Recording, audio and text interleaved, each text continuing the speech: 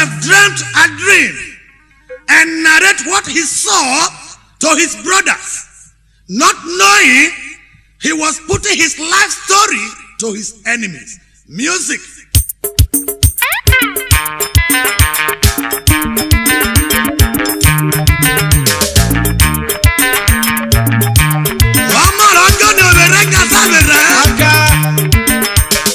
Listen, the lion that refused to eat Daniel feasted on the accusers of Daniel, and the Red Sea, that mad god of honor for the Israelites, killed the Egyptians.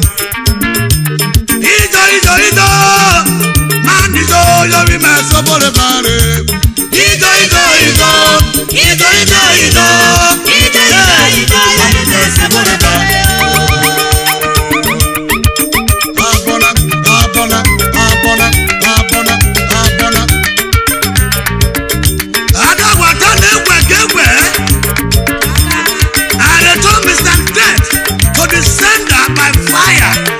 Jesus' name we pray.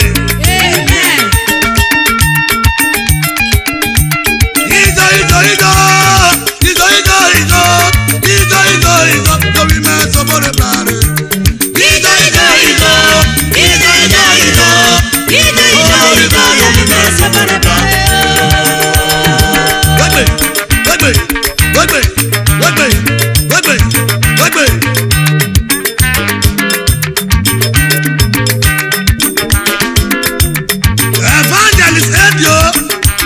As many who never want us to fulfill our destiny, what shall be their portion?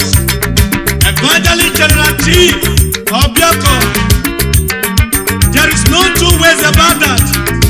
They will enter their 6 feet like the kings of Haman. Hey,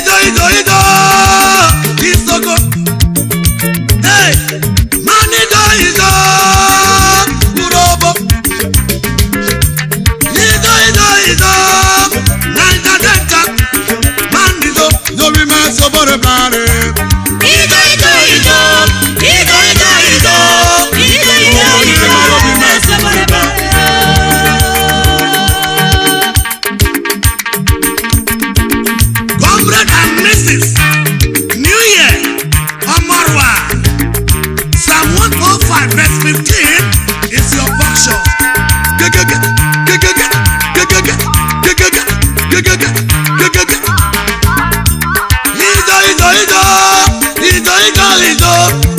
Man is you'll be mess over the blood.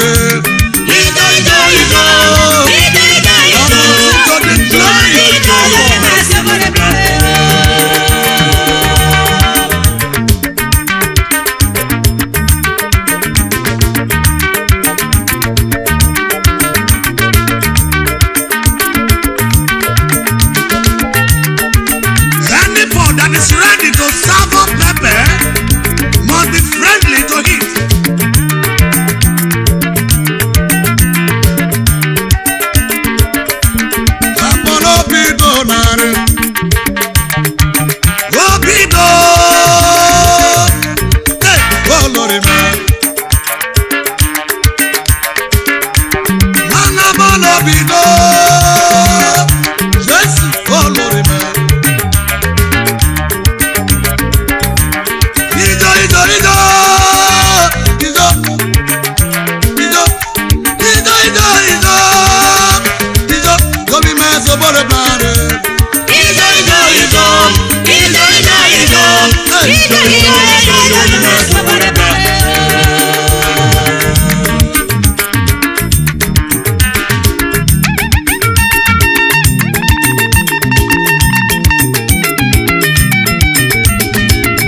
In the scripture, the Lord said, "Turn it, I will punish the multitude of no."